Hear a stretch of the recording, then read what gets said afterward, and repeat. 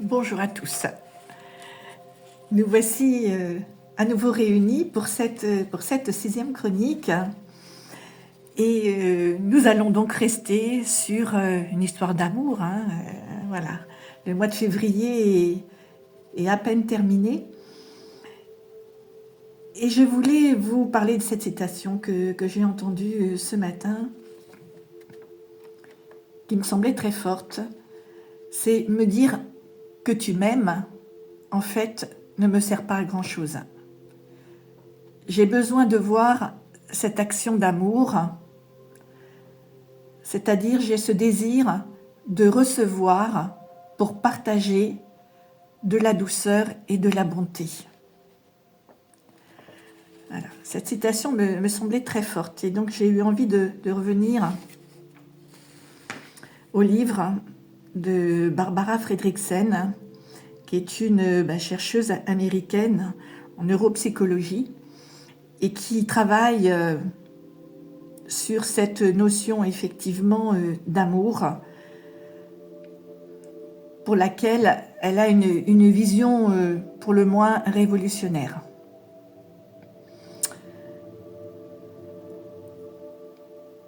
Introduire cette notion en toute simplicité était pas si évident que ça, donc comme tous les matins en fait, j'ai remis en place mon rituel qui m'est quasiment indispensable, c'est-à-dire de démarrer ma journée avec une petite balade en solitaire. Voilà, cette petite balade, pour le coup, elle me sert toujours de tremplin pour ma journée qui débute et puis aussi pour mettre de l'ordre dans mes réflexions qui sont en cours. Voilà.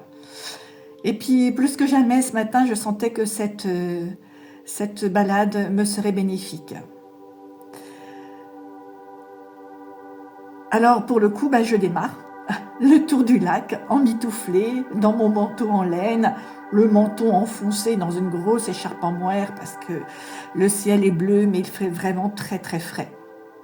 J'avoue que je suis un peu chouin-chouin, comme dirait mon fils, de ses enfants quand ils sont un petit peu grognons, mais bon, en tout cas, je profite pleinement et égoïstement de cette nature qui s'offre à moi.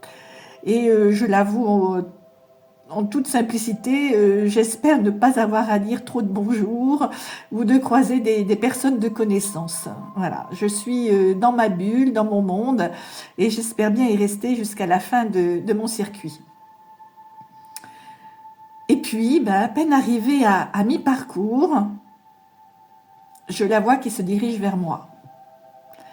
Entre deux âges, cette femme que je ne connais absolument pas, à la démarche assurée, au regard franc et lumineux, avec un sourire tout aussi sincère, capte immédiatement mon attention. Elle me regarde, passe et disparaît aussitôt. Qu'est-ce qui fait qu'un regard aussi furtif nous interpelle et reste même gravé en nous plusieurs minutes, voire même plusieurs heures, voire même une journée? Ce n'est pas la première fois que ça m'arrive, bien évidemment. Il y a ainsi des brèves rencontres entre deux trains, lors d'un voyage en avion, des micro-discussions aussi,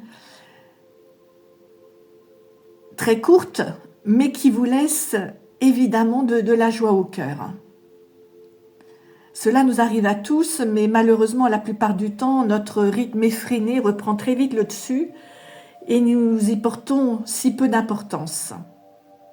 Mais quel dommage! C'est entre autres autour de ces émotions positives qui sont générées par ces micro-moments de chaleur humaine que s'est orienté le travail de cette chercheuse, Barbara Fredricksen. Pour elle, tous ces moments d'amour partagés sont intenses, furtifs, ne durent jamais dans le temps, mais peuvent être créés et recréés à l'infini. Pour elle, l'amour avec un grand A, c'est un micro-moment de chaleur et de relation qu'on partage avec quelqu'un d'autre. Ça peut être un conjoint, bien sûr, un membre de sa famille, mais aussi un ami, un étranger. L'amour Pour elle, est l'expérience émotionnelle la plus essentielle à la santé et à l'épanouissement de chacun. Cette expérience émotionnelle nous permet de voir l'autre avec bienveillance, sollicitude et compassion. Il y a là-dedans un réel souci du bien-être de l'autre. Et c'est un sentiment réciproque. Vivre une émotion positive telle que l'amour ouvre l'horizon, élargit le champ de vision, permet de prendre du recul et aussi de nous améliorer. Parler d'amour pour ces moments de résonance positive peut perturber certaines personnes. Mais en fait, peu importe le terme employé. L'essentiel est vraiment de prendre conscience de cette résonance positive quand elle survient et surtout d'aller la chercher de plus en plus.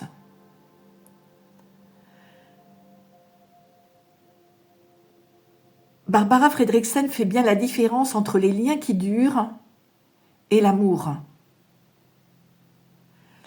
En effet, le lien et l'engagement dans une relation de couple, par exemple, crée dans la relation un sentiment durable et profond de sécurité, qui pour le coup va offrir un terrain propice à de fréquents moments d'amour.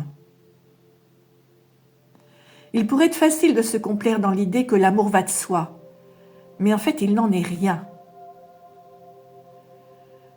Quand nous comprenons que l'amour correspond vraiment à ce moment de résonance positive dans notre corps, cette nouvelle conception va vraiment nous exhorter à le cultiver sans cesse, jour après jour. C'est par exemple prendre du temps ensemble, échanger, créer de la complicité, s'embrasser plus souvent, blaguer ensemble. C'est ainsi que par petites touches, nous semons de nouvelles graines d'amour qui renforcent notre corps, notre bien-être et notre couple.